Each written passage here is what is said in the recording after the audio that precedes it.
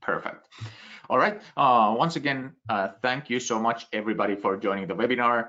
This is the Nordic Wi-Fi webinar series. This is episode number 2, Troubleshooting Wi-Fi. In case you missed our first webinar, which was last week, that was a very, very good one as well. We had Dean Bobley and Peter McKenzie on talking about kind of like on a broader scope, where is wireless going? So not just Wi-Fi, we also touched 5G, we talked about IoT technologies, all of that. So in case you missed that, check that out as well. Tommy, do we have a recording already available somehow for those that missed the first episode? We do, yes. I will put it on the chat board, the link, I mean. Excellent. And while you're at it, this is a 4-part webinar show as well. So we will be on next week, same time, as well as in 2 weeks, same time as well, same day. So if you can, Tommy, post those links there as well. Make sure you sign up for all of these if you consider this a valuable use of your time. Thank you very much. So this webinar series presented by Arrow. Tommy actually is from Arrow. These guys are responsible for putting everything up. Thank you, Arrow, so much, as well as NIST and Juniper Networks. Keith, a couple of words about yourself. Thank you for joining, and who are you? I didn't know I was the godfather of Wi-Fi, and I like that I have 18,000 certifications now. Well, that's an approximation. I wasn't sure of the exact current number. Oh, it's in the low 80s. It's a problem with me. My wife thinks it's a disease, but for me, I mean, you have collect cars, I collect certifications. Nothing wrong with that. Definitely a more sustainable choice. So what do you do as your, like, why are you here? What do you do as your daily job? And what have you done with networking over the last 20 years? Real quickly, like if you had to give a 30-second Keith summary. Design, install, validate, and teach other people how to do wireless LANs. That's what we do.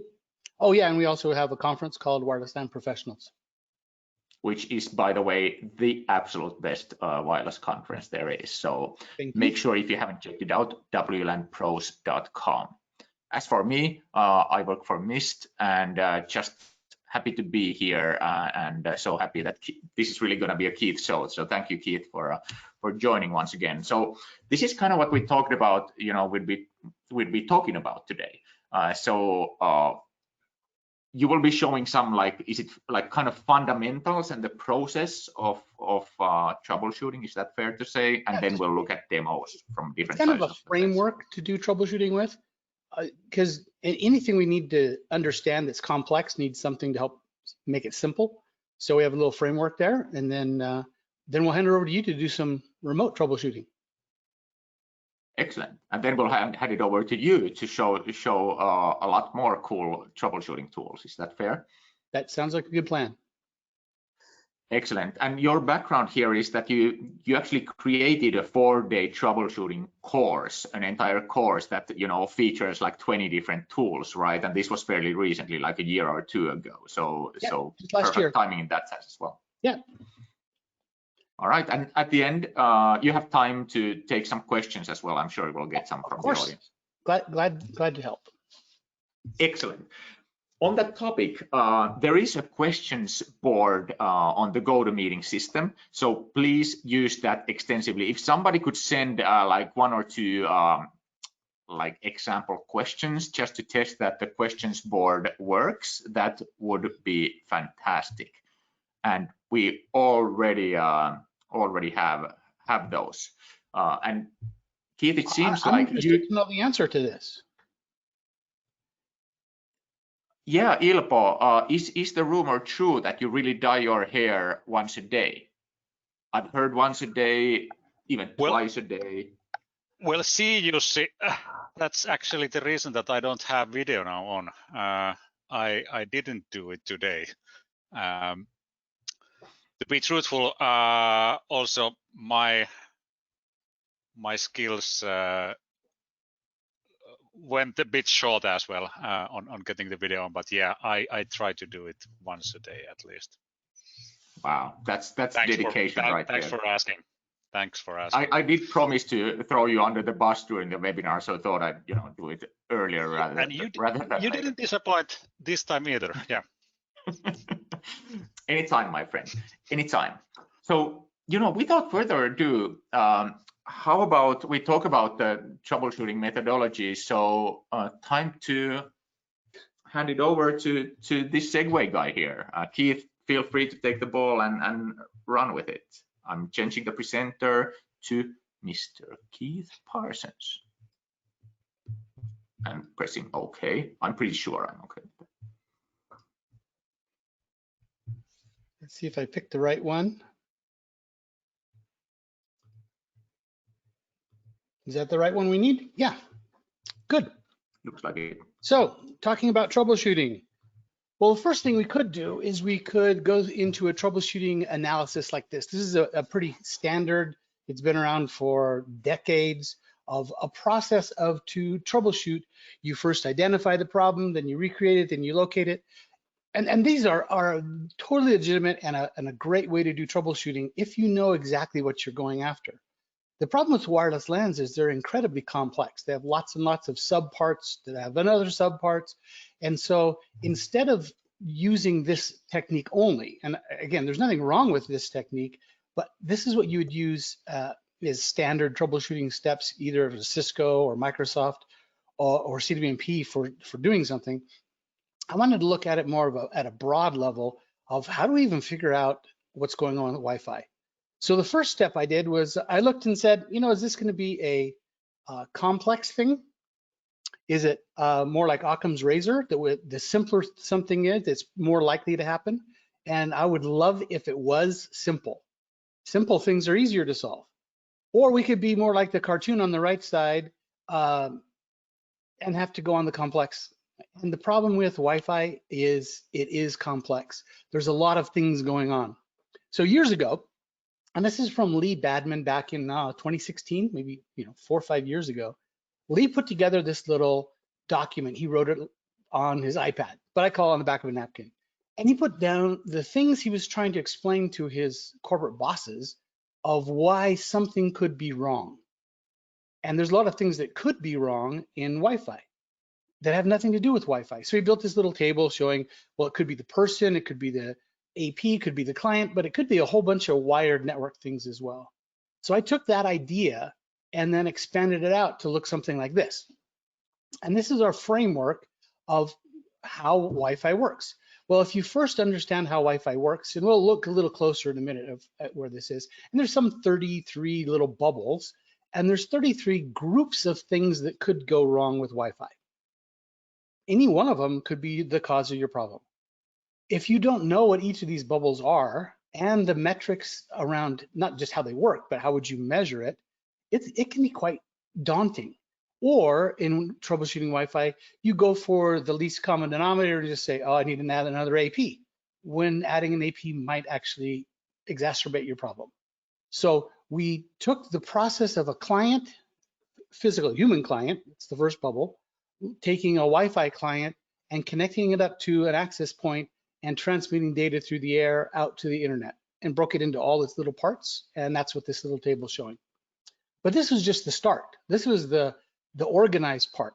What we really started with was this group. And this is some 350 different individual items that could go wrong with your Wi-Fi. Yeah, so when I started with the whole complex thing, yeah, I would have rather had Occam's razor or something simple, but with Wi-Fi, it is extremely complex. Not just because Wi-Fi itself is complex. We're part of this network ecosystem that is much, much larger. So any one of these items on this list could be the issue, could be a metric we might want to look at. So thus, we built the previous slides framework to hang everything on as we're looking at them. So let's just jump in the first one. And again, I'm not going to go through all 33 bubbles or all 300 of these items. In this webinar, we're just going to give you a touch to see how you could use this framework to look inside your own network. The first thing up is the radio frequency spectrum itself. And this is in a little box. It's separate because all the things that happen inside this box have to do with the physical layer. What's going to be happening to the PHY? Now, inside this box, we have the RF medium container that's holding all of this. And in there, we have the 802.11 overhead. It's a little bubble, and it talks about how 802.11 isn't terribly efficient. We're going to show a slide in a minute that's kind of scary how inefficient Wi-Fi is. We could look at DFS, and DFS is a circular thing. So if you look at a little bubble, there's little loops, little arrows that go around, and DFS could be the issue or could maybe not the issue. We don't know, but it's one of the things we could look at. But something we need to look at for every single frame. Did you notice there? I slowed down, I paused. Every single frame that accesses the RF medium has to go through a process for the transmitter to figure out what MCS am I going to transmit at? What channel width? What modulation scheme? What coding scheme? What speed? All of the information has to be decided before I transmit and then encoded into the frame itself so the receiver can decode it at the same MCS that it was sent at. Now, that's a very complex process, but it happens every single time in front of every single frame, which is actually very quick. The other issue is the contention process. There's another bubble on the right side for contention process. For every single frame that accesses the RF medium, there is an entire process where the device that wants to transmit has to play nice with all the neighbors who are also on the same channel. This is one of the reasons why I'm such an avid believer in minimizing co-channel interference, because the larger co-channel interference you have, the larger contention domain, there's more devices that have to play in this little game to find out whose turn it is to talk. And then of course, on top of here, we have RRM processes where access point manufacturers have decided, let's figure out what transmit power, what channels, what channel widths we should be on. And those are also changing dynamically. So anything that happens, and there's a whole list here on the right side, I'm not going to go through them, but you could look at them. Anything that happens in the RF domain is going to affect the health of the client, and the clients are the ones who are going to complain and say, oh, my Wi-Fi is bad. So let's just drill down a little more into this RF box. For every transmission, we're going to have the transmitter make this following decision. What is my current SNR? And based on that current SNR, and based on the history of the last X number of frames that I've transmitted, what modulation should I use for the next transmission? Now, the APs are going to make this decision on their own because they're transmitting downstream, and they're going to carry this little table for every client that they're currently have in their association table. Clients, on the other hand, only have one AP they're associated to, and they're going to make this decision against that subset. That's just for the MCS process. There's another process. It's the contention process, and it's also a loop that goes around. And for every single frame, the transmitters are going to have to decide, is it my turn to talk? It will wait. There's a random backoff time. There's an entire process and flow chart just around this one little bubble of, is it my turn to talk? So any one of these things could make for a Wi-Fi problem. And first of all, you need to understand how it works so that when you see telltale signs when you're troubleshooting, at least give you an idea that maybe I should look here. One quick way to look, and I love this, by the way, this is one of my favorite tables ever. On the MCS process, this is a self-reporting troubleshooting tool. Seriously, this is fantastic. If a client is transmitting, that means it is transmitting and it already decided it's my turn to talk. It already decided of all the possible combinations on this entire chart, which one should I use? And then it's going to transmit. So if you look at the client or the AP, whichever thing you're trying to troubleshoot, if you look at their current MCS rate, it will self-report how good the RF is. So yeah, we could have a whole lot of ways of looking at the RF medium to try to determine, is it busy? How are we doing? Is there co-channel interference? There's a lot of metrics we can look at. For me, the number one metric is, if a client is having an easy time of transmitting, if they can transmit it, let's say 866 is their max, and they're within, it's 7, 8, 9 is the MCSs they're in, they're having a good day. If their MCSs are below 5, they're having a bad day on the RF. So all I have to do to figure out what's inside that RF contention box is just look at the MCS. It's going to self-report for that device at that location. So knowing your MCS index is paramount in doing troubleshooting. And the next slide is just kind of a tease here to say, I had said inside that box that one of the issues was 802.11 overhead. 802.11 overhead is terrible. These graphics come from Aruba, had a VRD that they put together, validated reference design, and they had an Excel spreadsheet you can go download that lets you play with this as well. What happens when you're going to send a single frame? Now, on the left side here, if you look at it, the whole list here of bullets is what happens per frame. Each frame is going to have to do, it's going to have some contention time. That's the ACE that's showing up there. And then you're going to have a contention window, that random backoff timer. Then it's going to do a preamble, and preambles are sent at BSK.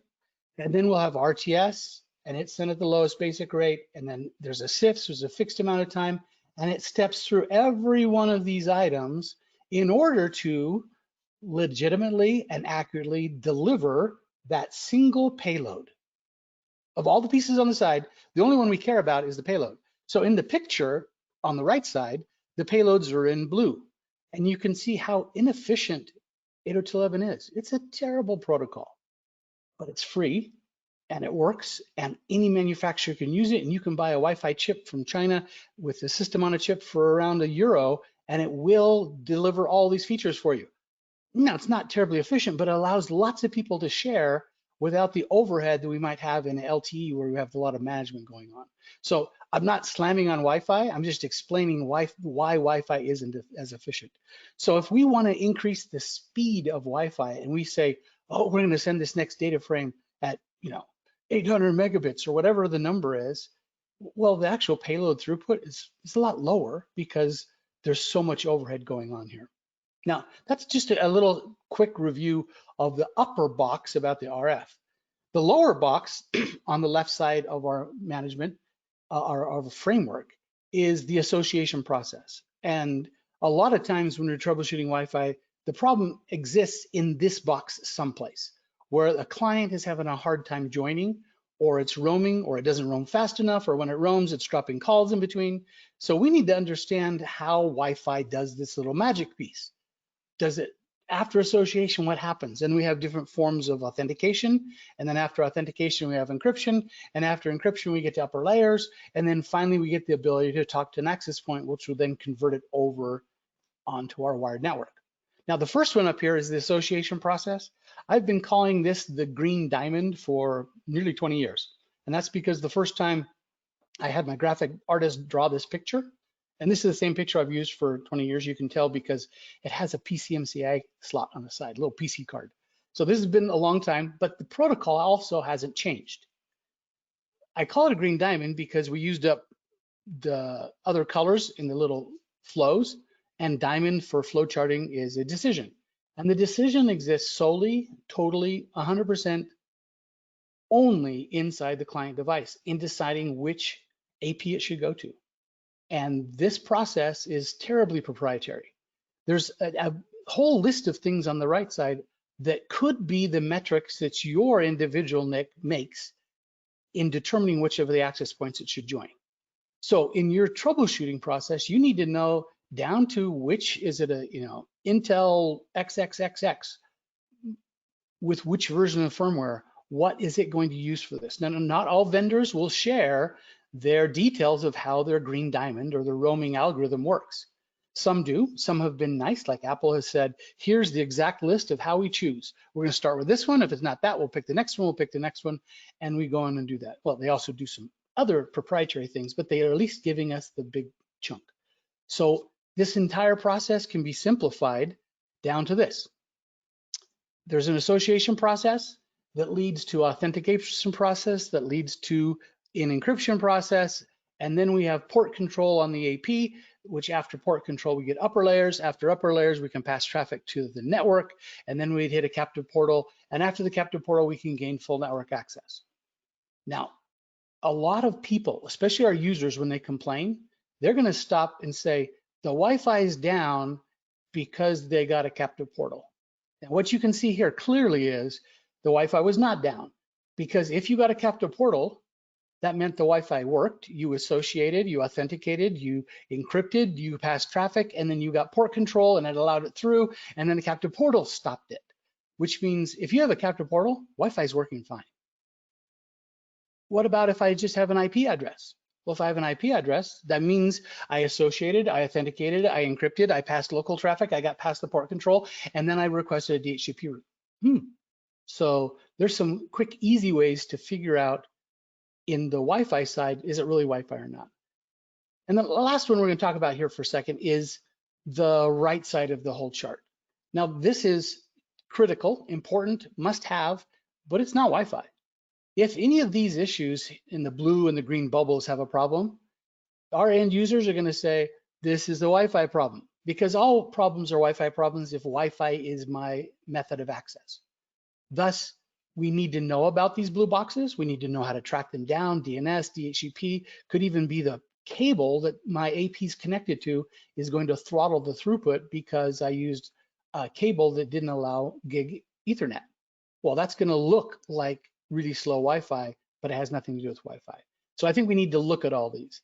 And in all of these things, we need to have tools. Now, as humans, we're tool people. We like tools to help us do other things. It's kind of what sets us apart in the animal kingdom. So for tools, what we ended up doing is looking at the bigger picture and saying, the first thing we have to center on, the center of this whole framework is, we need to know what the requirements are.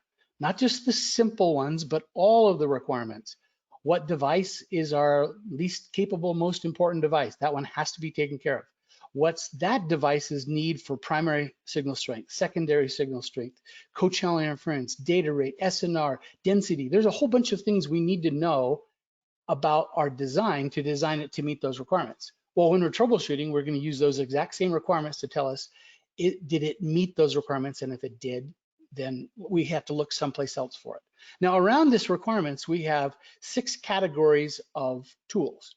Now, the first category I'm going to start with, upper left, is the management tool. For many of us, the only way we look at our wireless LAN is through our controller interface. And with the controller interface alone, there is tons of troubleshooting things you can do without any of the other sets of tools, just using what comes with the controller interface. So now I'd like to turn this over to Jussi and let him do a deep dive into some of the tools you can use for Mist to do this remote troubleshooting. You want to take it back, Jussi?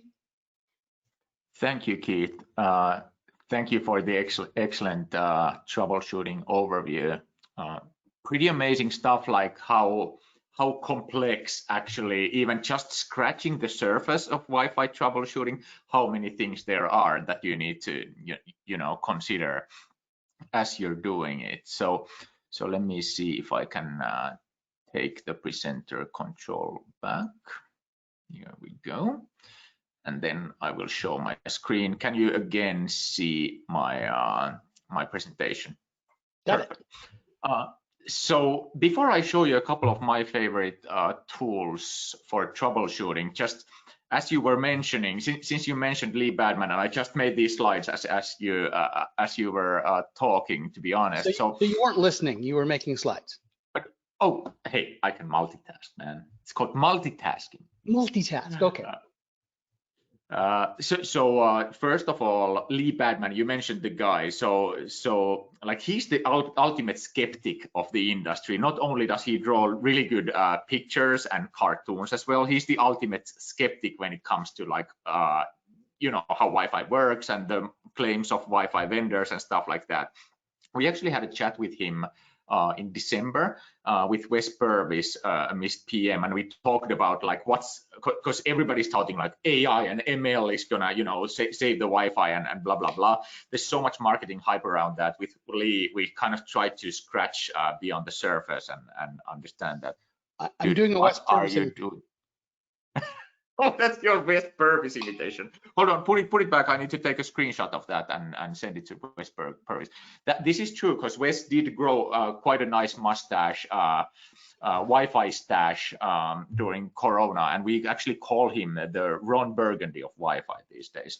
And if you don't know what I'm referring to, do check out. This is actually a perfect lead-in, Keith. How did you know that I actually had this slide coming up next? Because I also put this slide there like 2 minutes ago. Anyway, together with Lee Badman, because he's good at drawing stuff. And Wes, our PM, and Joel Crane.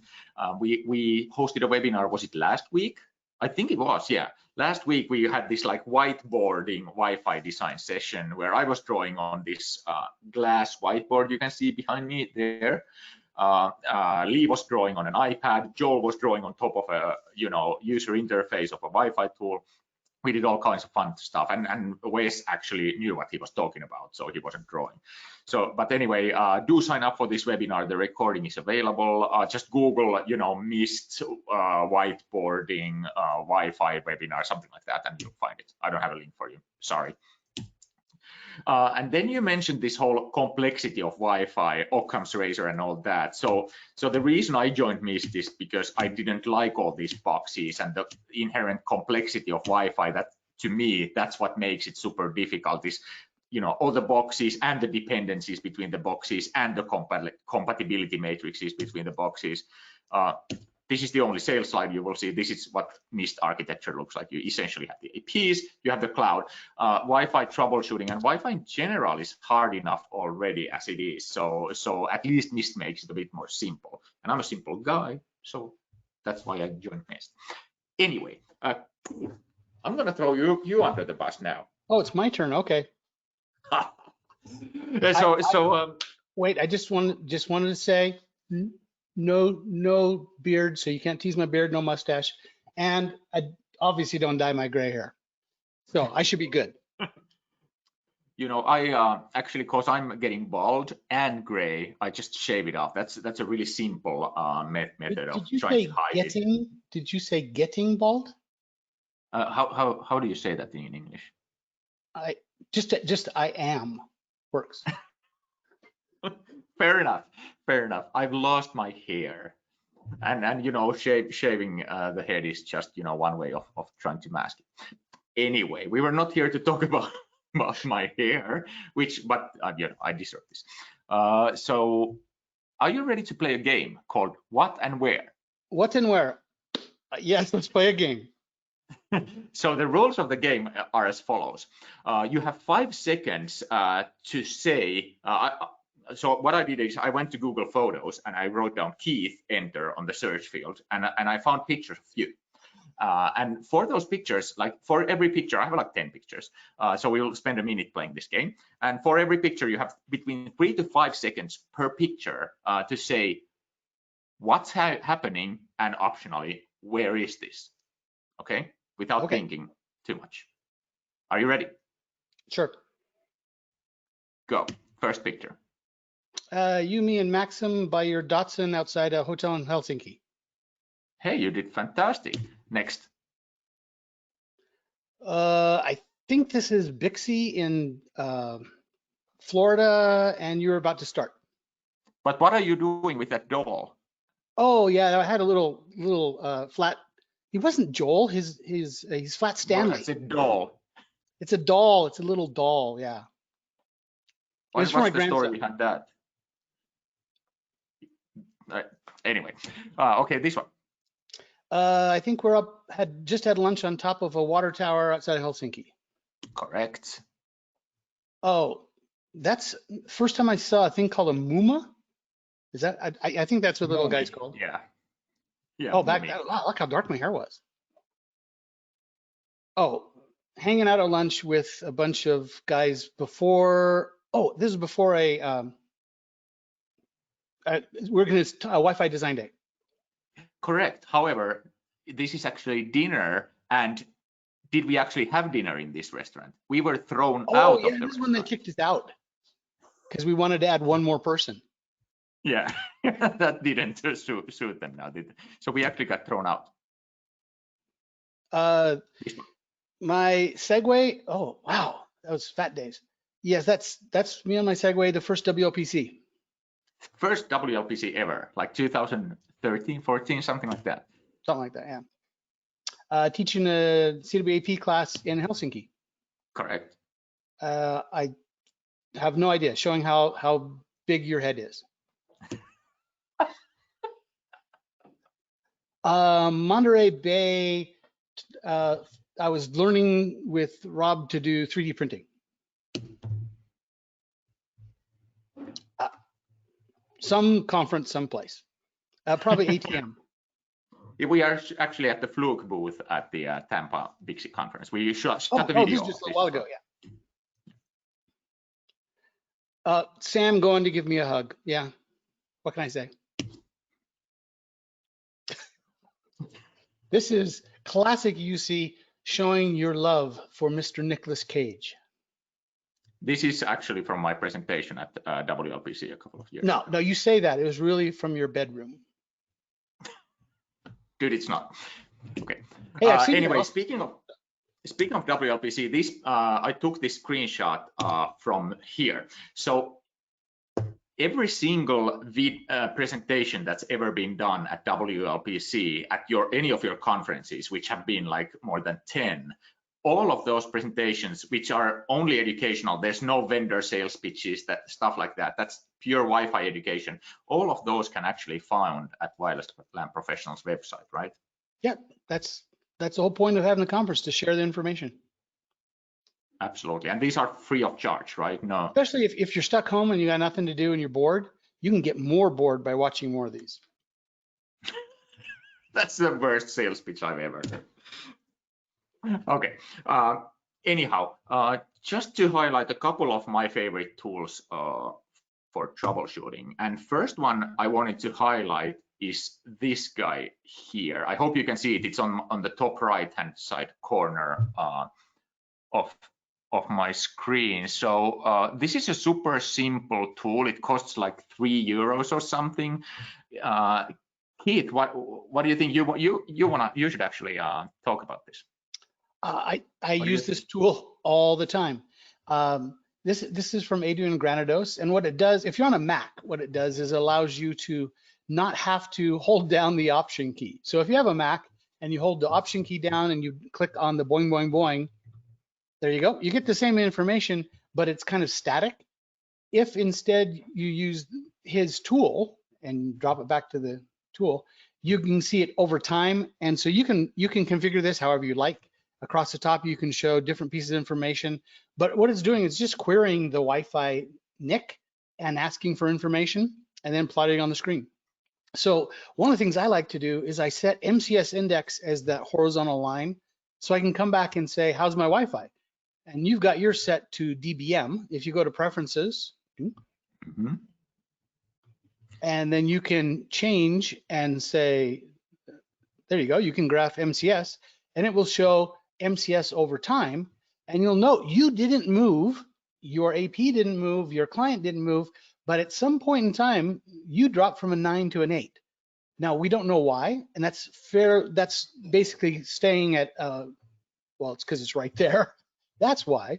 But this is a great tool to be able to see and ask your end users, what's your current MCS? And then they can self-report what their problem is. If you have MCS lower than 5, it's a RF issue. There's something going on in the RF domain. Either it's too crowded or you're too far away. But if it's stable and it stays high, then you got a good Wi-Fi. And then if you have problems, it's probably a not Wi-Fi problem. And this is also good for remotely troubleshooting. I mean, anyone can install this for a cheap sum. So let's say you have an IT admin who's not Wi-Fi savvy at the site. What I've done is I've told them go buy this tool and you know, let's see what it shows you, and then we do a screen sharing session. And this already, like looking at this tool, solves quite a good percentage of Wi-Fi problems. At least it gives you, like, it doesn't solve them by itself, but it gives you a very good understanding of the network and the client behavior and all of that. And it's very flexible as well. You see how here up top, I have like SSID, signal strength, SNR, data rate, and the channel number. And those are visible all the time. I love that. All the time that information is available for you. And that's fully configurable. I just type this on the settings bar, and then you get that actually out of it. Fully configurable, very, very good. And what I love about it as well is as I walk around with a laptop, it does give me notifications. For example, when the signal strength drops below a threshold, so I know, okay, I actually have a sucky signal here. Or actually, even when the client roams, you can set it to notify yourself. And of course, all of these can be turned off when they get annoying. Really, like. Click on your status button. This one. Okay. Now I'm gonna help you out here.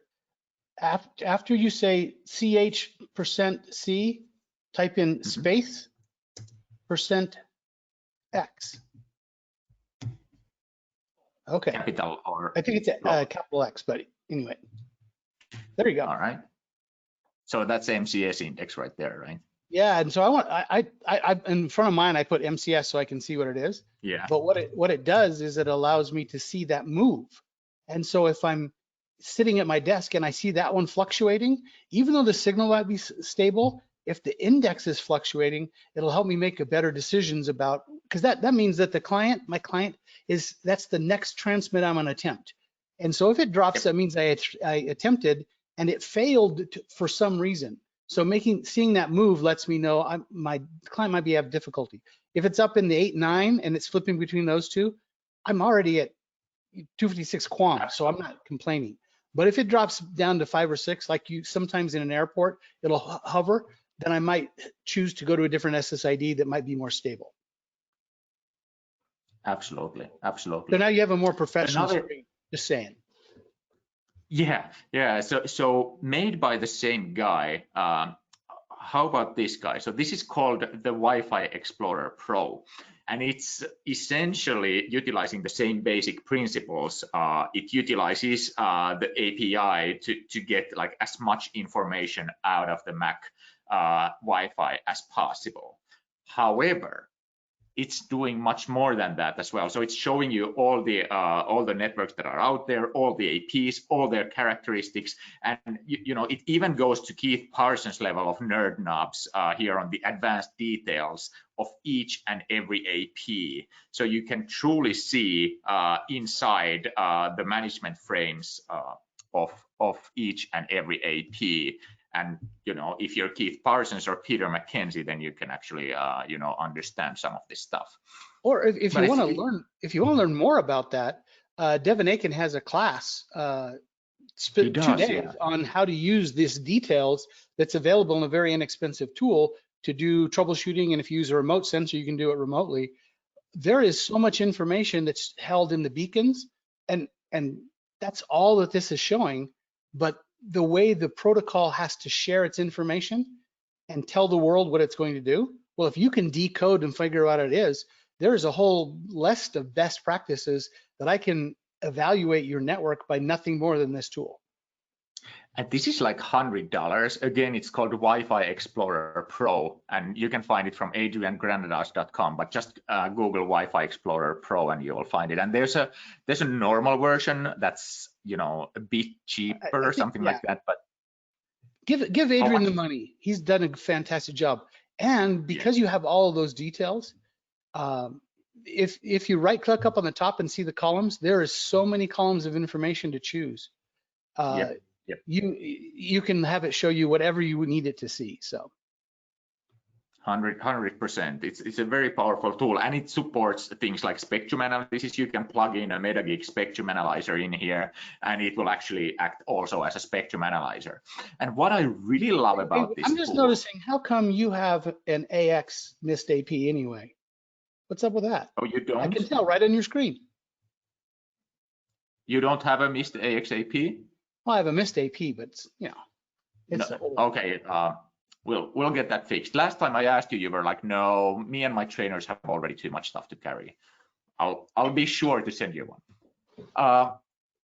One more thing about this tool is like it's so feature rich. Like I said, Devin Aiken, if you Google wireless adjuster Devin Aiken, you will find his course, and definitely I've heard nothing but good things about it. I haven't been invited by Devin to any of those courses. Thank you so much, Devin, for not But I heard you can also sign up without getting an invitation. So definitely Google wireless adjuster. But what I've done now with the Wi-Fi Explorer Pro is, what if the what if the problem is not local, if it's not on your laptop? Well, actually, the Wi-Fi Explorer Pro also supports remote sensors. So not only can you use the Wi-Fi chip on your Mac, but what I'm actually doing is just get an IP connection to a different sensor, and then you can actually understand how's the situation somewhere totally different. And how do we do that? We use, for example, a thing called WLAN Pi. You're familiar with this device, Keith? Oh yeah. Oh yeah, exactly. So yours is just in a nicer casing, and you can order these also from your site, right? WLANpros.com. If there's a store, there's an online store. That's where I ordered my cased one, actually. But anyway, so another superb tool for Wi-Fi troubleshooting that's low cost is this guy. How much is this? With the casing, it's like 300, 250, something like that. But if you come to the PC, we have discounts and stuff. So this is a mini computer. You can plug in a Wi-Fi dongle into it, and it will do wonders with your Wi-Fi network. Not only does it work as a remote sensor for Wi-Fi Explorer Pro, but it actually turns into a complete Wi-Fi sensor system if you so desire. Nigel Bowden has done a complete like Wi-Fi sensor software for this guy that you can install, and then you can use Splunk to make like a fully functional Wi-Fi sensor dashboard for pennies. You know, these are a couple of hundred a piece, and that's it. That's all the investment you make, and you get a fully blown Wi-Fi sensor solution. So it's just you know, some incredible low-cost tools, and there's just like the Wi-Fi Explorer Pro for the WLAN Pi. Just Google WLAN Pi. There's like so many uses for this. There's Kismet in there. There's it's a throughput server. There's like a gazillion things in there. Anyway, just a really you know, good low cost system. Another fairly low cost system I wanted to show is and this may come as a surprise for you, Keith, but I was going to show the Mist Wi-Fi management dashboard. Since you talked about it, yeah, exactly. So real quickly before we let Keith loose again, let's look at so every Wi-Fi vendor has I was shopping some shirts there. Every Wi-Fi vendor has their own system for managing and monitoring the Wi-Fi system and troubleshooting. So this is from Mist. So I'll just log into the system, and let's say the typical question, this is a site called Nakatomi Corporation. So of course the typical question there would be, where is John McClain? So I'm just gonna type in where is John, and the system says, I think you meant locate John McClain, and then it shows where that user actually is. Well, that's pretty simple stuff. So Marvis is kind of the AI-fueled query engine that you can use to troubleshoot. Instead of going through like 18 million dashboards, you just punch in your question. Let's say, how is Nakatomi Plaza? And you know, typically the answer is, you know, there's some explosions on the rooftop and stuff like that. But the system understands like, how is Wi-Fi on Nakatomi Plaza during today? And of course, we could extend the time frame and all of that. So we can see, there have been some coverage issues due to weak signal strength. Most of the failures occurred on Nakatomi Plaza SSID on the 5 GHz band. Most of the failures strongly correlate with this specific AP. So this is actually something that, you know, a Wi-Fi person might say to another Wi-Fi person about the status of the network. Okay, so we had coverage problem. Let's ask, you know, who is suffering? Let's ask like clients with most coverage issues in Nakatomi Plaza during this week. Okay, so system understands that query and shows you like, okay, which client devices are experiencing the most coverage issues during the time frame you specified on the site that you specified. That's pretty cool. So, and then we can start drilling down into, okay, let's look at the camera in general and look at the, like Keith said, that there's certain things that can go wrong with Wi-Fi for sure. And here, for example, we can see that, yeah, with this wireless camera, we can see that coverage is actually quite a big problem. We're seeing 1% success given the criteria we've had, and it's just because of weak signal. So no asymmetry between uplink and downlink, just pure weak signal. There's also been some throughput problems. Maybe that's actually related to previous coverage issue. So, and then we could start looking at, let's start looking at the problem in more detail, blah, blah, blah. And what's kind of nice about the system is once you drill down to the problem, the system, every time it experiences, let's say, a connection problem, it also stores a packet capture. So you don't need to go on site to get the packet capture. The system has already stored it in the cloud.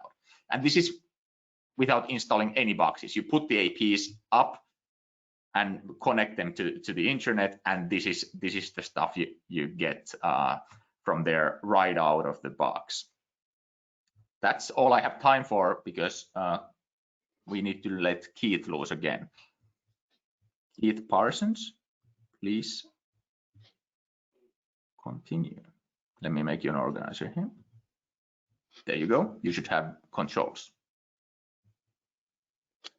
So we should go back to, are you seeing the troubleshooting process 6 thing? Is it working for you? Okay, so we're running a little late on time. Let's just quickly go through these 6 sets of tools you might want to look at. Upper right side, investigate. These are tools that allow you to see what's going on. Wi-Fi scanners, there's Wi-Fi Explorer Pro, like Jussi just mentioned, but there's scanners tools from MetaGeek, from a wide range of other tools, whether it be on Windows or Android or Mac. These are tools that let you investigate things. Sometimes they could be just free tools. The built-in CLI commands have a lot you can do there. There are also some GUI tools that allow you to do that. So investigation tools are ones that let me query the network. Basically, we're looking at what the APs are telling the world they can do. So evaluating their beacons. The next set of tools we would use to measure. Usually they're throughput type tools, iPerf, ePerf. We could even push some FTP if we wanted to, hit websites that allow us to do throughput testing. Any of those will allow us to put pressure on the network to have it push data, and then we can see what the problem is. Sometimes though with these, you need to be really careful. Where is the end point? So if I hit speedtest.net, it's going out to some Ookla server. It's testing not only my Wi-Fi, but it's also testing the entire network between me and wherever the Ookla server is. So though these tools are useful, and any set of these tools can work, but it's just a different way of looking at the same problem. Validation tools like Ekahau allow us to go in and visualize the RSSI, the RF that's there, by walking around and capturing the data with, in terms of Ekahau and Ekahau Sidekick, or we could use some Wi-Fi NIC that would collect the data and allow us to see and then save the data on a map and then visualize that with heat maps. The caveat of warning, green is not good when you're looking at these. What we care about is what are all of the requirements? Primary coverage, secondary coverage, co-channel interference. And if we have co-channel interference, we don't have capacity. Capacity and co-channel interference are opposite of each other. If I have an AP on channel 1 and there's another AP on channel 1, I don't have 2 times the capacity of channel 1. I have the capacity of channel 1 shared between 2 APs. So we need to be really cognizant. On the other side, we have analyze. This would be spectrum analysis. We get down to layer 1, looking at the RF itself. Ekahau Sidekick does that. MetaGeek has a couple. This is looking at the RF itself. Interrogate is, I tried to use the same verbs on here. So interrogate is packet analysis, drilling into the packets, and management's the one we showed with Jussi. It's coming, what can we see from the network? Now, the reason I have these all around the requirements is depending on who you are. If you're Peter McKenzie and the first thing you do is whip out OmniPeak and do a packet capture, that is a perfectly valid way to troubleshoot your network.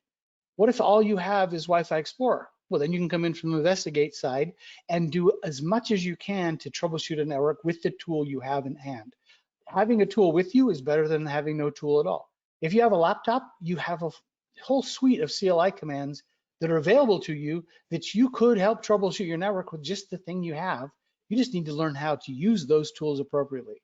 So whether or not you have only investigate tools, or all you have is speedtest.net, or you have Ekahau and you have a heat map to show where the data is, each one of these views of your world, kind of like the blind men who go up to an elephant, they all feel something different.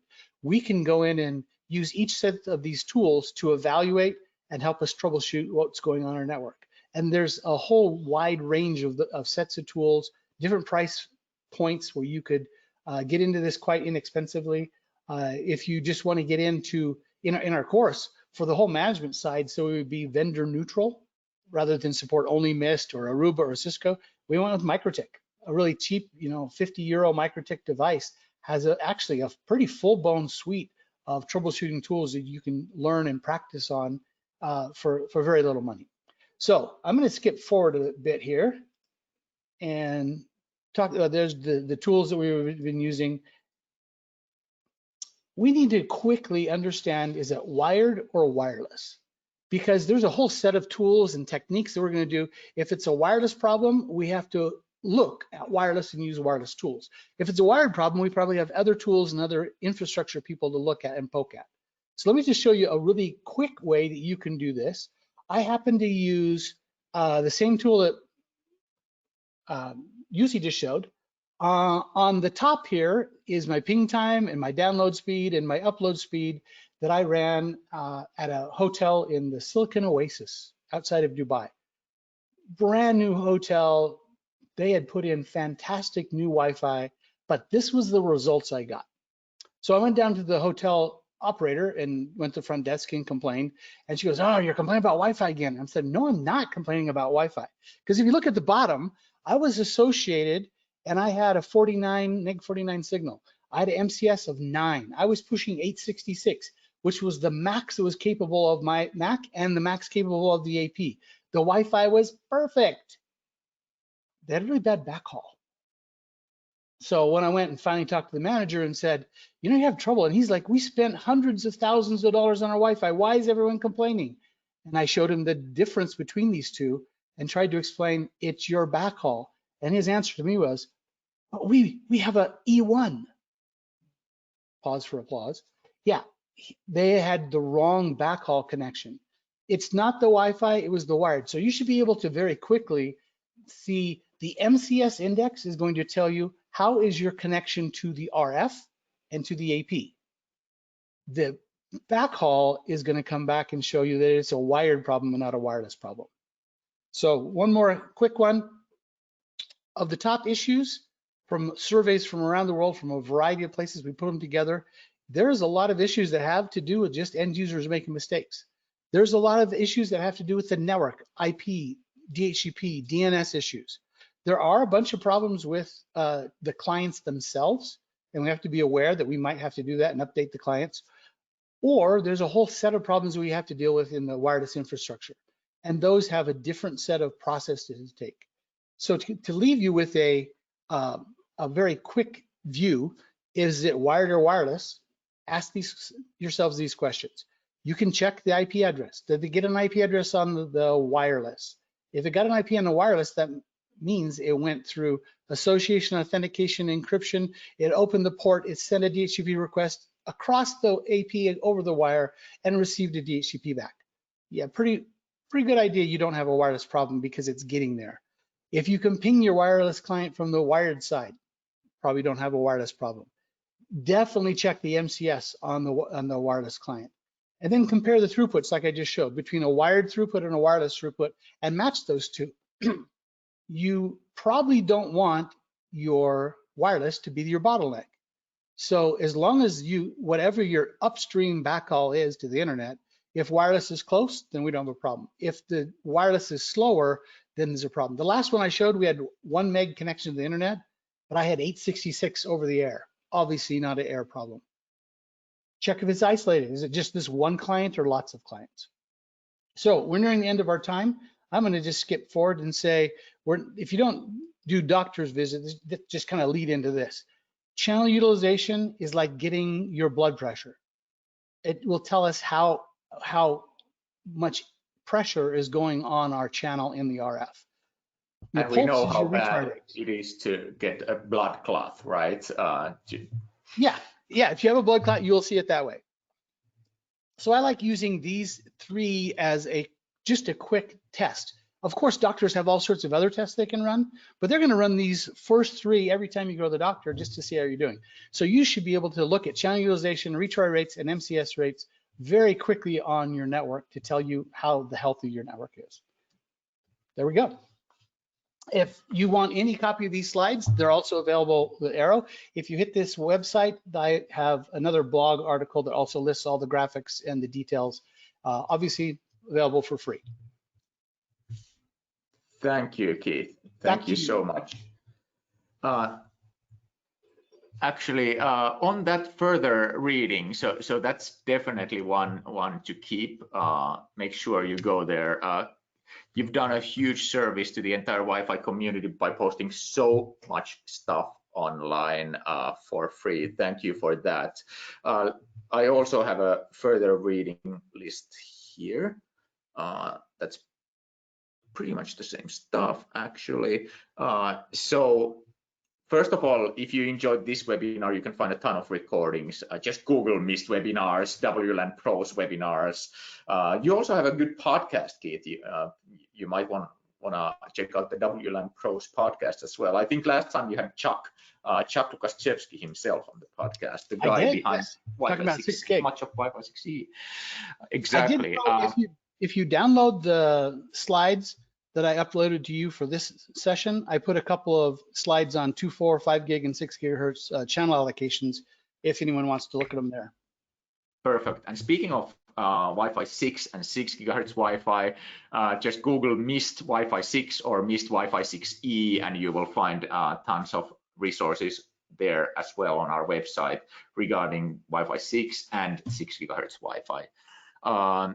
Your website, people should definitely go there. And then you are on Twitter, aren't you, Keith? Keith R. Parsons. So, yes, Keith R. Parsons. And that's also there on the screen. So if you're on Twitter, do make sure to follow Keith and myself. And same thing on LinkedIn. And if you're not on Twitter, what do we say to those people that are not on Twitter, Keith? Get on Twitter. Also, if you don't blog, start blogging. Blogging is not for others, it's for you. It's a place to save all your own data. Every blogger I know has had the same issue. I've Googled and the answer was my own blog, which means my brain's not big enough to hold all this. So let Google hold all the stuff, and then I can just, if I remember a keyword, I can bring it back up. So, and the benefit of blogging is other people can borrow it as well. Absolutely, absolutely. Then we still have 0 minutes for questions. Keith, you mind if we run over a little bit? Because we still have a ton of people on the line. So ask away. Excellent, excellent. I mean, hundreds of people, so we might as well utilize their time. And this we actually yesterday during the rehearsal, we talked about this, but we forgot to talk. But then Matthew Starling, aka Matthew Darling, asks, what is the plan for WLPC Europe this year? You think it will happen online or? Yeah, I'm not really. I've attended a couple of virtual events. They feel just like a long day of webinars. So I don't know if we're going to do WLPC that way. Luckily, for me personally, I didn't sign any contract for WLPC Europe with a hotel, so I'm not stuck. We're just kind of in wait and see mode. We have the date. It's currently scheduled 14, 15, 16 October. I don't know how travel is going to be. It's the magic, if I can use the term, magic for WLPC is the camaraderie and the people, and you get to hang out and everyone enjoys the company and really great high-tech things, and there's hands-on and there's labs, and yeah, that doesn't work really well for virtual. So I'm not sure we're going to do a virtual conference. But I also am not sure we're going to do a live, if travel's happening. So kind of wait and see. We'll keep posting about it. We'll be sending out a survey about what city you might like. We have our top 5, and we'll see which ones you want to go to. And yeah, I don't have much more information right now because of the COVID thing. And everybody, just FYI, if there's a vote about where WLPC should be held, the right answer is Tenerife, Canary Islands. Just so everybody knows. That's the only right answer. If you answer anything else, the conference will not be held at all. On that topic, here's an idea, Keith. Since you were saying that, first of all, WLPC, like, it doesn't really work online, and like 8 hours, 10 hours of sessions, it's kind of hard. What if we had, like, just off the top of my head, if we had one session, like 45 minutes in the morning, and then after lunch, another session, and that's it. And then also, like, strongly emphasize the chat functionality and all of that, let's say in Zoom or GoToMeeting, so that people could chat one-on-one, because that's a lot of what, you know, happens. And if there was a possibility to somehow also create your own, like, WLPC chat rooms where like 10 people could go and chat who participate, maybe something like this, I don't know. Yeah, I've been checking out a couple of capabilities to host those. And really, it's the ability to put like birds of a feather session, so you can self-join and get into a group where they're talking about higher ed, or they're talking about K-12, or wherever your idea of choice is. So yeah, we're looking at some things. Yeah, I really like the live, everyone talks together and they feel comfortable. We'll see. You know, we don't know. Some places in Europe are already opening up. That's Maybe true. we'll go to That's Sweden, true. where they've never really closed. So we'll see. Hey, WLPC Sweden. Hashtag WLPC Sweden. I'm gonna ignore the pinball machine questions. Thank you so much, Chris Reed and Ben, for trolling the questions board. Is this a repeat of Keith's presentation from the previous WLPCs? I haven't given that WLPC. Oh, I did do this same type of presentation at the Wi-Fi. The Wi-Fi Design Day? Wi-Fi Design Day in Sydney and Singapore. Correct. Yeah, that's right. And hold on. Is there any other? This was also my question yesterday. What camera is Keith using? Looks very good. I hate you for your good camera, and somebody was commenting that I look fuzzy, you look great. Thank you, Martin Eriksson, for that. That might be the face. I'm not sure if it's the camera or the. It's the camera's nothing really special. It's just a little Sony DSLR, mirrorless. It has a pretty fancy lens on it.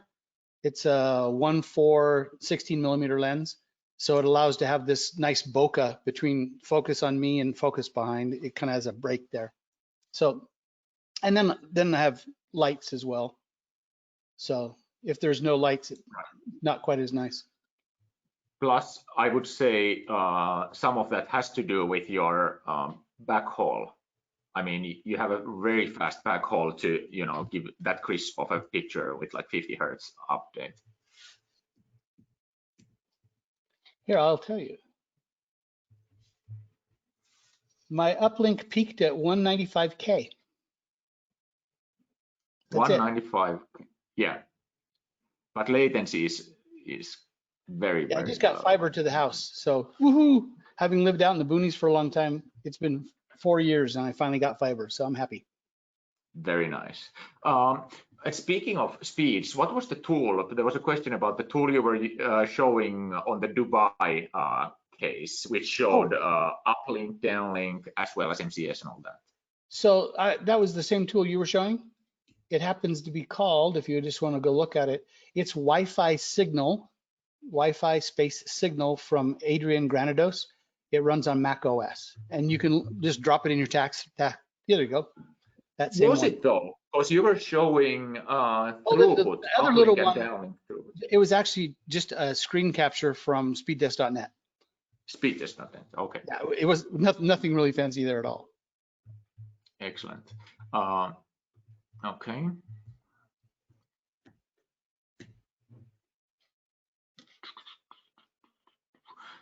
Then there's from Kabi, a really good question. Just a thought, aren't we able to combine and develop these troubleshooting procedures within the Wi-Fi controller and AP itself, assuming the right hardware/feature is installed within the AP? That's kind of what I was trying to show also with the MIST system. So a lot of this is in there. So it does some of the groundwork for you as an IT person before you have to get your hands dirty and go on site and do advanced troubleshooting. But things like MIST looks at like time to connect. Am I successful to connect? How long did it take for me to connect? How long did it take for me to roam? Do I have enough coverage? Do I have enough throughput? Those things it looks at and then starts dissecting those things down to smaller chunks. But that's the infrastructure point of view.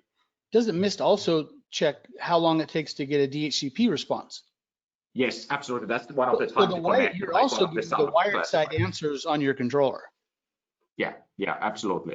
And there's more and more wired stuff. Like, for example, today we detect like missing VLANs, bad cable. You can even run a cable test directly from the UI, that kind of stuff. But it's definitely like Wi-Fi gets more and more complex. So there's more and more like problems arising in Wi-Fi and expert level problems. And us like Wi-Fi vendors have to kind of run behind and try to catch as many of those frequent problems as possible. But then there's always those corner cases, where Keith and Peter get called up and it's time to fire up. In your case, air magnet, right, Keith? And in Peter's case, hey, you got me though. I do think air magnet is a fantastic packet analysis tool because I think it gives you answers. And whenever I fire up Wireshark, I just have more questions. But truthfully, I still use Wireshark 10-to-1 compared to Air Magnet just because I don't get it out. I only have one machine with Air Magnet on it, and I've got Wireshark everywhere. In fact, it's hard to compete. I run Wireshark on this most of the time. Nice. Yeah, that also acts as a remote packet capture device, right? There's so many uses for WLAN PI. Jim Palmer's question is, what are the odds that Jussi and Keith would run out of time talking Wi-Fi, asking for a friend? I was actually going to mention Jim Palmer when you were showing that. What's Jim Palmer doing up this early? Jim, you should be in bed. That's true. It's very, very early in Denver, isn't it? So what I was going to say is, the other explanation, if it wasn't the backhaul for the Dubai case, would have been rate limiting. And we know what Jim Palmer says about rate limiting Wi-Fi, right? Yeah, it's just stupid. Yeah, don't do it. That's the easiest answer. Don't do it. The problem is rate limiting feels like it's the right thing to do because I use Australia as an example because Australia was a penal colony for a long time. So I think they still have a little history there that they think everyone's going to steal things. So it's if you get 1 meg, someone else doesn't. And so I have to rate limit because it's not fair. You're stealing some resource. But in Wi-Fi, the thing we have least of isn't backhaul. The thing we have least of is airtime. And so if you do anything that slows down airtime, like rate limiting, you end up being counter to what you want. If you rate limit, you slow people down, which then means they take longer to get on and off the network, which means we have less airtime, which slows everyone down. You turn rate limiting off and it gets fast. I know it's counterintuitive, but it's just one of those things. Give it a try. Jim Palmer has a blog and he has some presentations he's done on it. He didn't believe me in the beginning either until they did it, and then they were believers. And now, just to prove that point, unmuting Jim Palmer. Jim, you did some empirical testing at a fairly sizable Wi-Fi site about rate limiting Wi-Fi, didn't you? I did. How did that turn out?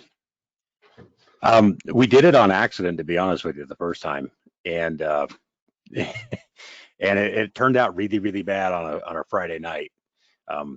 So it was a turning it off wasn't much of a informed decision as was it. If we were going to go down, we wanted to go down with flames shooting out of the fiber, and so we just said, hey, let's just turn the whole thing off and see what happens, because if it's going to go down, it's going to go down. Let's at least do something cool about it. And when we turned off the rate limiting, all of a sudden, all of our wired infrastructure started to get really happy again, and all of our congestion went away and everything. And and we saved some wired links by turning off our Wi-Fi rate limiting. And then so you would say just to like get rid of much Wi-Fi or a lot of Wi-Fi problems, just get rid of actually rate limiting and have a sizable backhaul to support your Wi-Fi infrastructure. Well, you know, the sizable backhaul, I mean, everybody kind of laughs about it now because after that experience, we upgraded our backhaul. But at the time, we were talking about less than 1 gigabit per second for an entire airport. So I mean, what Keith has at his house now with his fiber is probably 1 gigabit per second.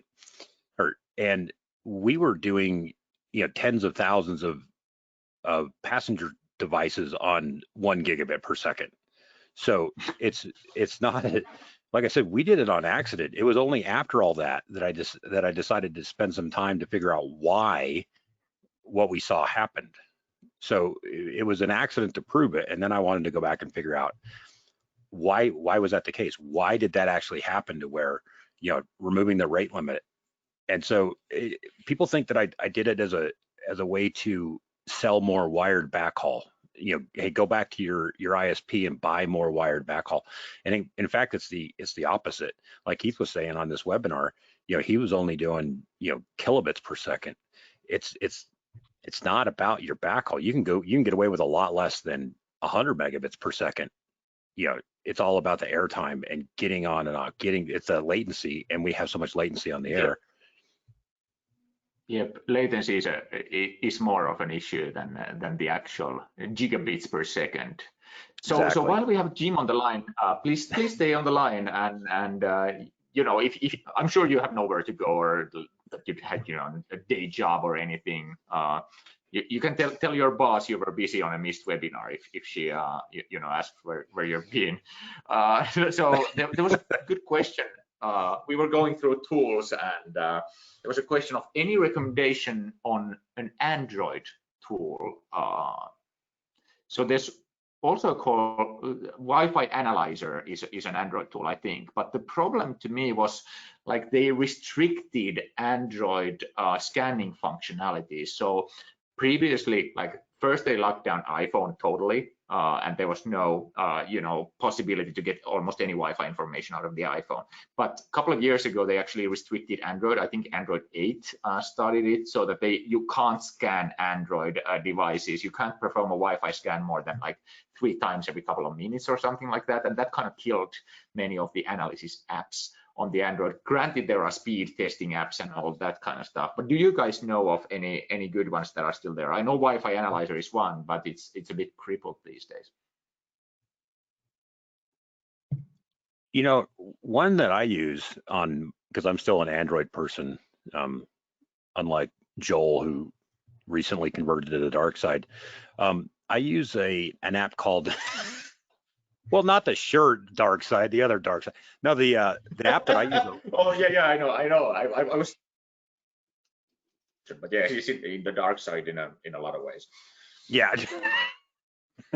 Hopefully he's up and watching. No, and a tool that I use a lot on Android is called Network Signal Info, and it actually answers a lot of the questions that Keith was talking about with seeing, did you get a DHCP IP address? Did you get that? Were you able to, all the other things about the network connection to look at your Wi-Fi connection and say, hey, I'm on a 40 megahertz wide channel. This is my, you know, RSSI. And it also will look at your cell stuff too. So I used it to prove to my mom that she had a really bad cell phone, and it's called Network Signal Info. And I use it a lot more than I probably should admit to, because it gives me all of that like layer 3 information. And that way I can say, hey, yes, I did get an IP address, and this is my IP address. I got this, I got that, and this is my, you know, if it can query a public IP address, hey, do I have a public IP address? It will give me that information as well. And so then that way I know, you know, I still might have a Wi-Fi problem, but it's not necessarily, you know, some of the basic stuff that we really worry about and concern ourselves about. And unfortunately, you know, when you start talking about going a little more in depth and hands-on, you need a little bit more different tools to pull that off. Absolutely. So Network Signal Info. Yeah. Keith, any Android tool recommendations? Actually, I have a whole list of them. We did a couple of years ago in one of the, I think WPC 2 years ago, we gave out an Android tablet, and there was a whole series of tools that we recommend to put on there. So if you search wmpros.com, there's an Android tools list and the documentation of how we set that tablet up with all the tools. Some of my favorites that I use consistently, there's a wide range of Wi-Fi analyzers, but I like using Aruba's utility, the Aruba utility for Android, and Hurricane Electric has a great tool suite with a whole bunch of tools that run on Android as well. So either of those, or you can just search, and I think there's 10 that we preloaded onto the Android tablet to use that way. Another really good use of an Android is as a tech pub repository. So we have lots and lots of Wi-Fi PDFs from all our vendors, and we keep them in a lot of places. You can like just put them all on your tablet. So when you have a minute, you whip your tablet out and you can go and do studying, etc. If you have like Kindle books, like CWNE books, or HP puts their books out in that kind of a format where they're have digital signage, but you could use a Kindle for that. I just personally like a PDF reader and scroll through. Very good, very good. You know, should we throw one more person under the bus here while we're on this tools topic? I'm gonna unmute Maxim Getman. He just like Jim totally doesn't know that he will be unmuted. I have unmuted Maxim Getman, Wi-Fi guru of Russia. Maxim, how are you? And any Wi-Fi tool recommendations? By the way, I just have to thank Maxim. He sent me some chocolate. Fernay got it to me. So thanks, Maxim. Oh, now Keith is getting chocolate. Oh yeah, that's cool. Hello, guys. Hey, Maxim, how is life in Yekaterinburg? I'm not in Yekaterinburg now. I'm 100 kilometers from the Yekaterinburg on some nice nature place.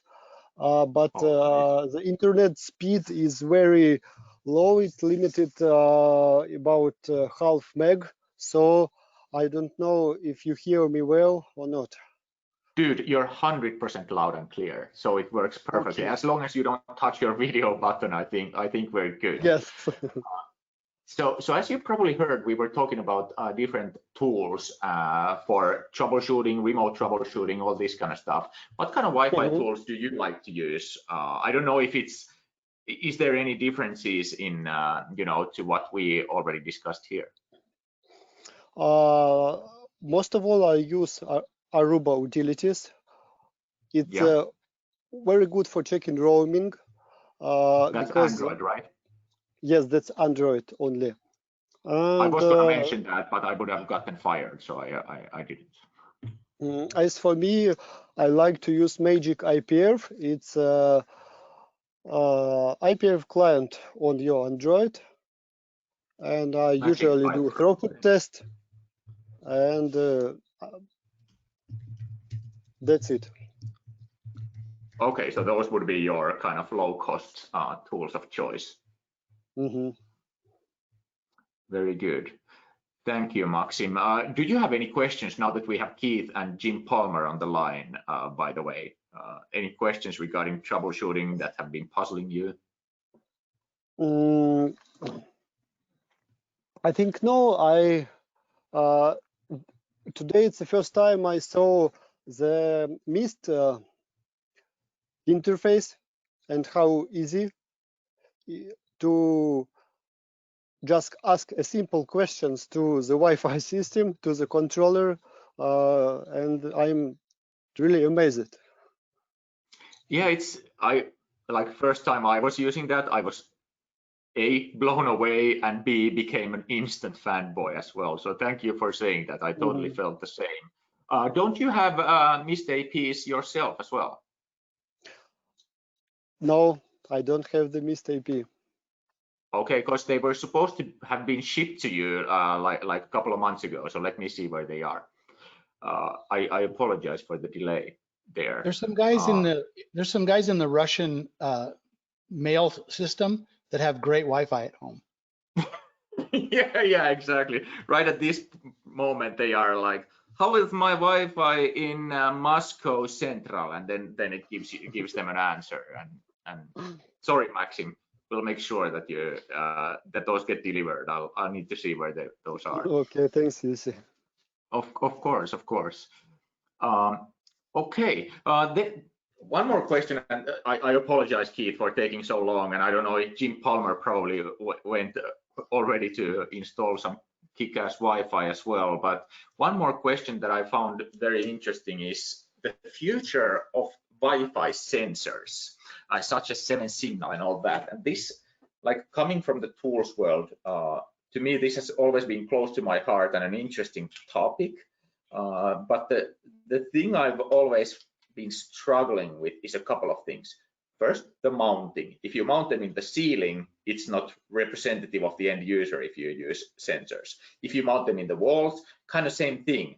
And then if you try to mount them where the users are, like, do you put them on the table or on the chair? It's not really possible. So I had a hard time mounting them. And the other thing was, like, it's another infrastructure for me to carry, and shouldn't the Wi-Fi network actually do the job of Sense 24/7 monitoring anyway?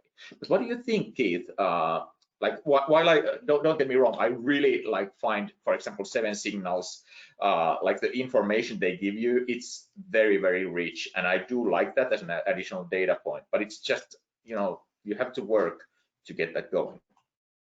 Well, I think that it's a software question, because your APs have the ability to be sensors. There's data out there at the edge. They're collecting the data. They're sending it back. They're doing a lot of things.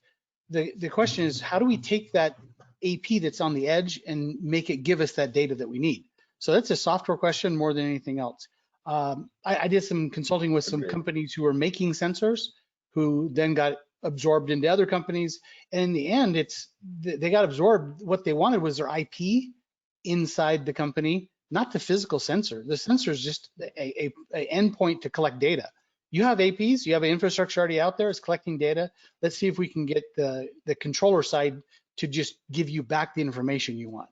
One of the things I like best about Mist specifically is its RRM has a feedback loop from the clients. It will try something and then say, how did this change in channel or transmit power affect the clients? Did the client experience go up or down? If it went down, that was a dumb thing to do. Let's not do that again.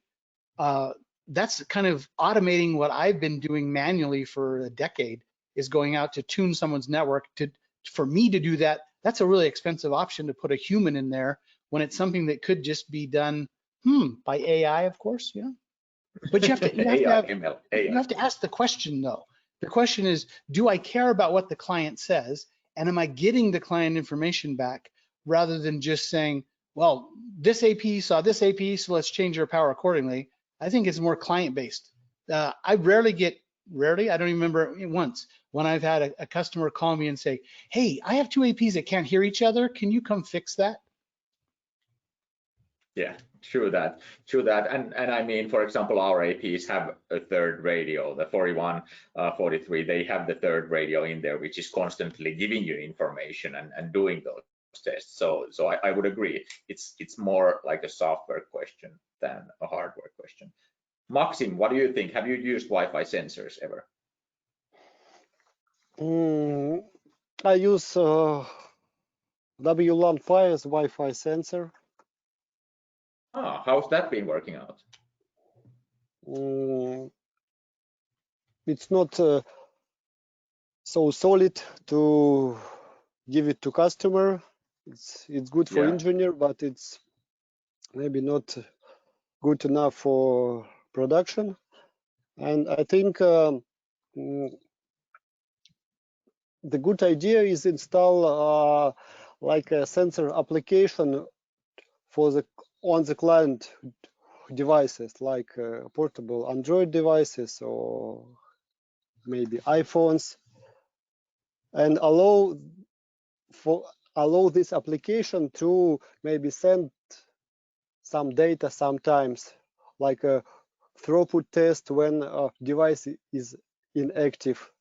And we can get a lot of useful data from the real devices using just an application. I think that's interesting idea. Absolutely, absolutely, and I agree. When it's possible to install something on the client devices that are actively using the network and used by the actual network users, it definitely an additional good data point right there. I have Jim experience. Palmer. Oh, sorry. Go ahead.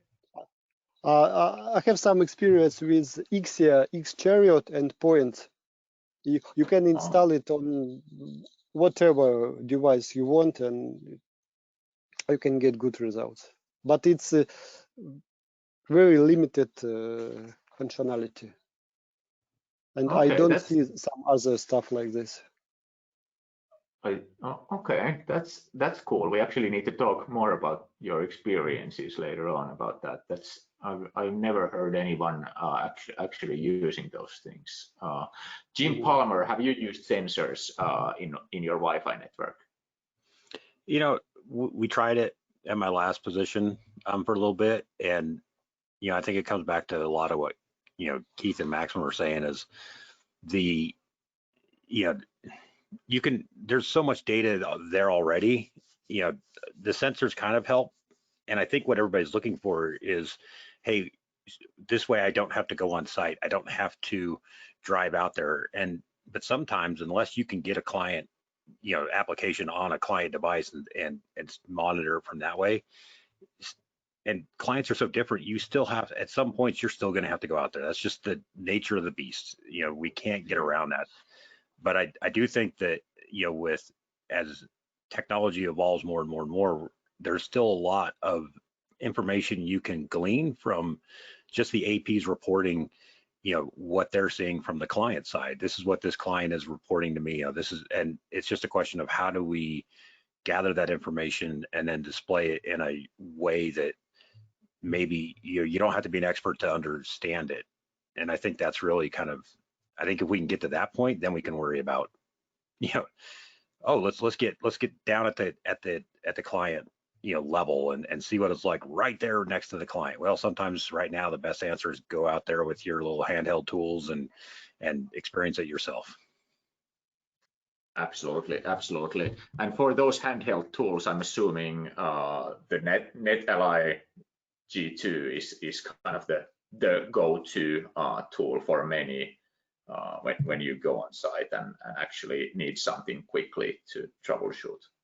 Yeah, NetAli, your phone, your laptop. I mean, Keith was saying it earlier. There's a lot of information that we can gather, and you can go see it from that perspective. And sometimes you end up in a situation where you find out that it's an 802.11n client that's dual band in a heavily used area, won't join the 5 gigahertz only SSID.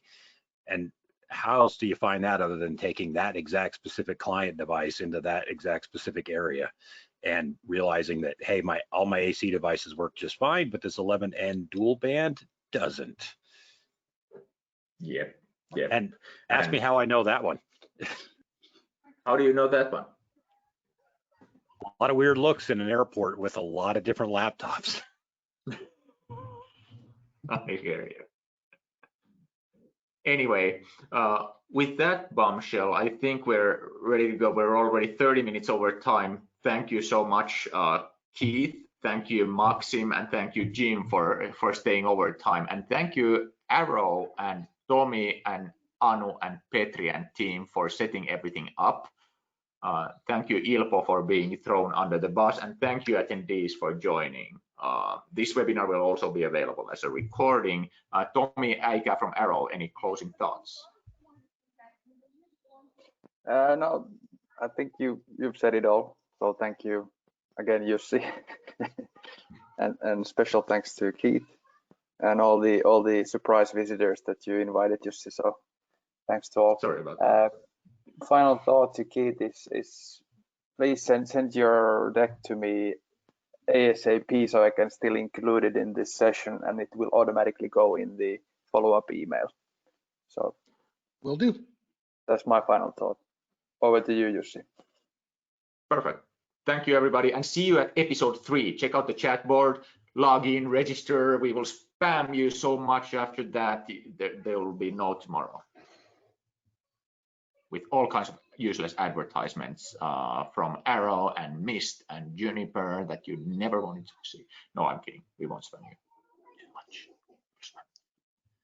Thank you, everybody.